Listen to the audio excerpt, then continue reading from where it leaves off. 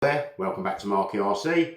Thanks for joining us again on this freezing cold Saturday morning, but I don't have to worry about that now because I've got some new heaters and I don't have to wrap up like I'm in the middle of the bloody Arctic. But on this video we've got a bog standard TT02, the new Tamiya 911 GT3R, which I think looks absolutely epic. I've done a full build video on this. If you want to check it out, that'd be quite cool. I bought all these parts for a TT02S build that I just did, but the S variant, everything is different, all the suspension is different, outdrives are different, so none of these parts fit. But this is a standard TT02 and these parts are standard TT02 parts. Not sure what the tolerances are going to be like. They're non-genuine parts, but I thought instead of leaving them languishing in a cupboard, I'll put them on this chassis. I'm not going to use it, so I'm not too bothered. But as I put them on, I'll let you know what the tolerances are like. Hopefully they'll be pretty good, but who knows. So let's get into the build and get all these parts on. Right, here we have the front now. I've stripped all the front down. Got the A-arms on, got the steering knuckles on, front bumper brace and the battery brace. They're the universals I'm going to be fitting. Just another little hop up, obviously using full ball bearings, little blue shielded ball bearings. But as you can see, got the rear out drives as well in, just left the rear end open. Next stage is take the propeller shaft out, which is a simple case of just undoing a couple of, I've stripped the rear of the vehicle down. I don't think, I'm going to show you in a minute the tolerances on these parts, which they make the new BT01 look like a TRF, which is something to say. Simple case, just pop the gear out, pop the centre shaft out, that goes on the unwanted pile, pop front cup out like so. Same with the rear, just take that apart. Don't forget that little pin, because that can be a bit of a nuisance if you don't put that in properly. And they're sort of almost, it's almost a press fit if it goes in proper. Do away with them. And then we can add our aluminium joints. Simple case, pop a bearing on. Pop it back into the gearbox. Actually, pop the bearing in first, then pop it into the gearbox, and then just give it a wiggle until it seats like so, and make sure the axles turn. Then we have our rear out drive, which is exactly the same as when you take it apart.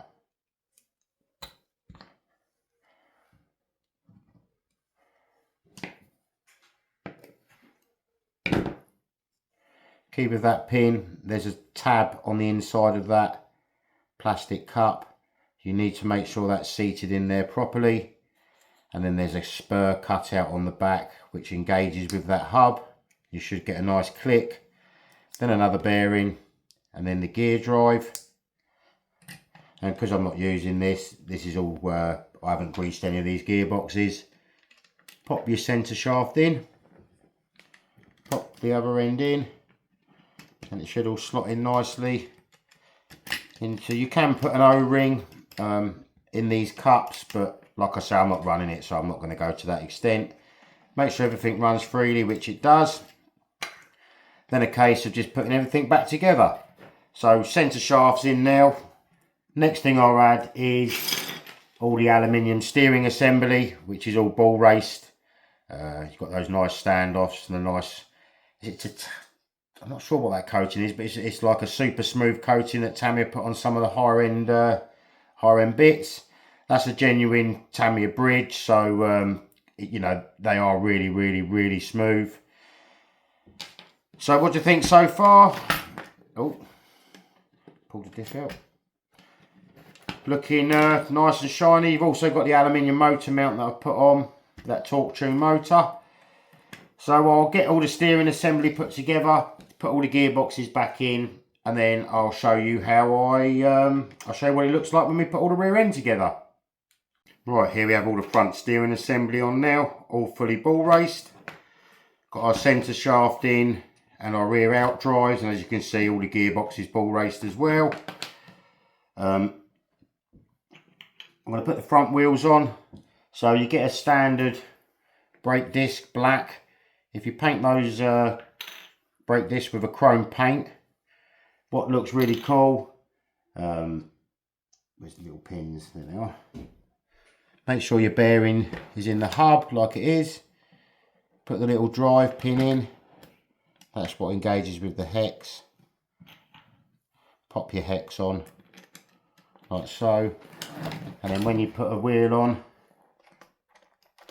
you can see the chrome through the centre, as in if I've just put a standard black one on,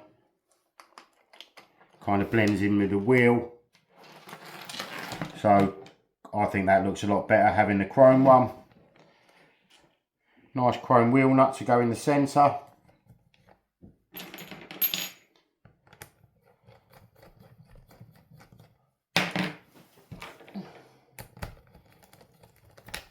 Make sure you keep the wheel compressed nice and tight, otherwise the pin will come out. But a lot better with the, so you can see that disc. So I'll get get the other front wheels on, and then I'll start on the back section of the car. Basically putting all the gearbox back together. I've got some caster block setters. We've also got all our rear arms and shock tower, and also nice anodised rear hubs. So the play on these parts at the front here, it's not so much the parts, but the way they mount into these upper arms. I'm assuming you could get rid of a lot of that if I had adjustable upper arms, which I might get, and just keep this as just keep adding parts to it. But so far, looking a lot nicer than the original TT02. So let's get the rest of those parts on, and I'll show you what it looks like. Right. Front top brace on, zero slop. It is not these aluminium parts. These are pretty good, to be quite fair. It's the actual mounting point on the top of these wheels. Everything else is lovely and rigid. No movement in the back arms, just a tiny bit of tiny bit. And I reckon if I put a shim on the end of that rod, you could shim them up and you probably got 1.5 mil movement. So I'll put all the rear arms on, rear brace, rear top suspension mount, everything else is in. So it is beginning to look pretty cool in my opinion.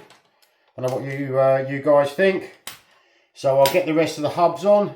Oh yeah, I've also put the rear shock tower on. Probably could get another one of them for the front. I think that'll look quite cool. So I'll get the rest of the parts on, and I'll show you what it's all going to look like. Right, here we have the rear of the car put together now. No binding at all. And like I say, I will get round to putting a couple of shims in and just shimming them up.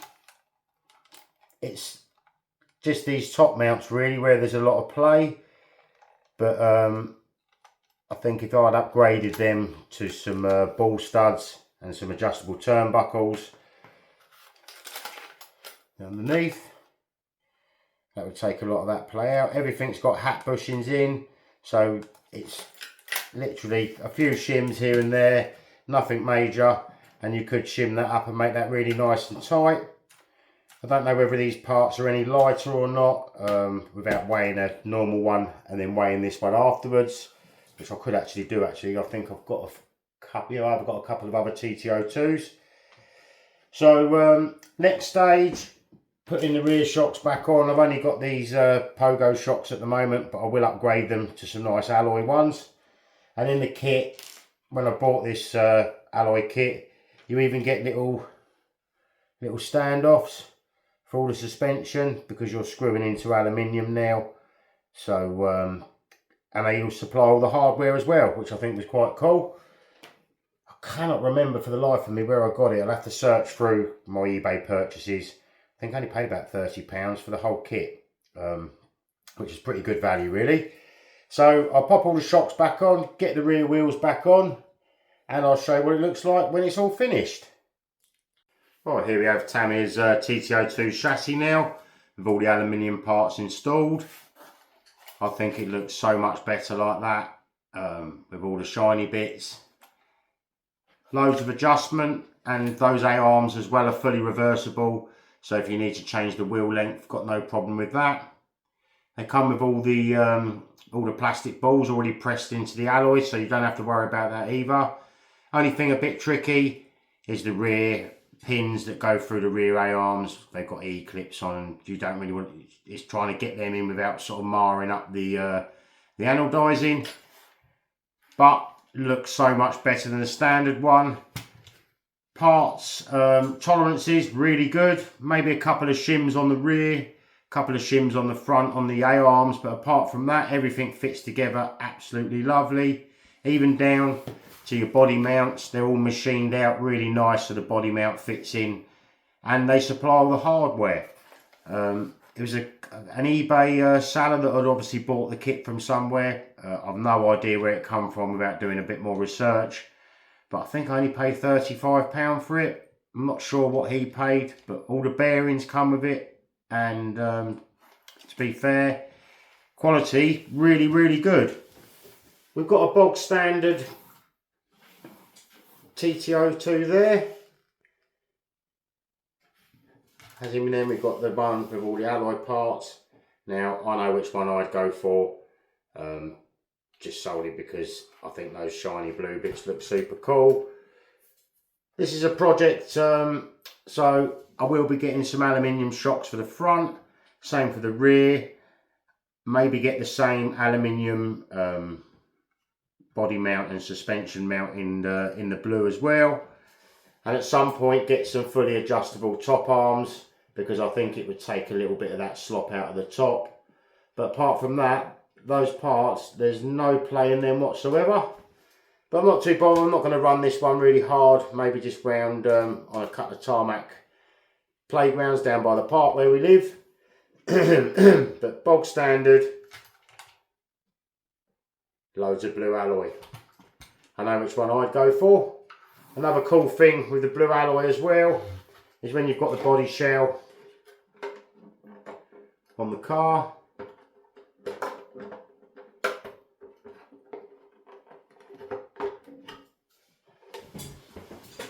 let me just take the camera off the stand.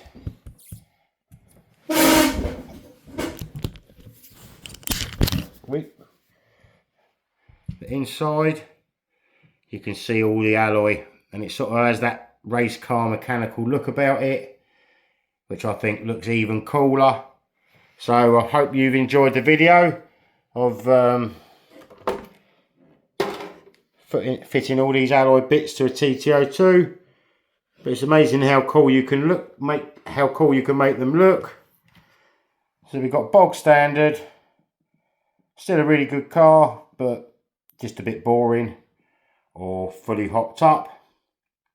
Also going to get the little bracket there, a little rod that connects to the servo. Change that servo because I've got a blue anodized one, which I think would be better keeping. And just keep this as like a little project on the old back burner. So what do you think? Let us know in the comments. So thanks for watching. Hope to see you in the next one. See you later. Bye.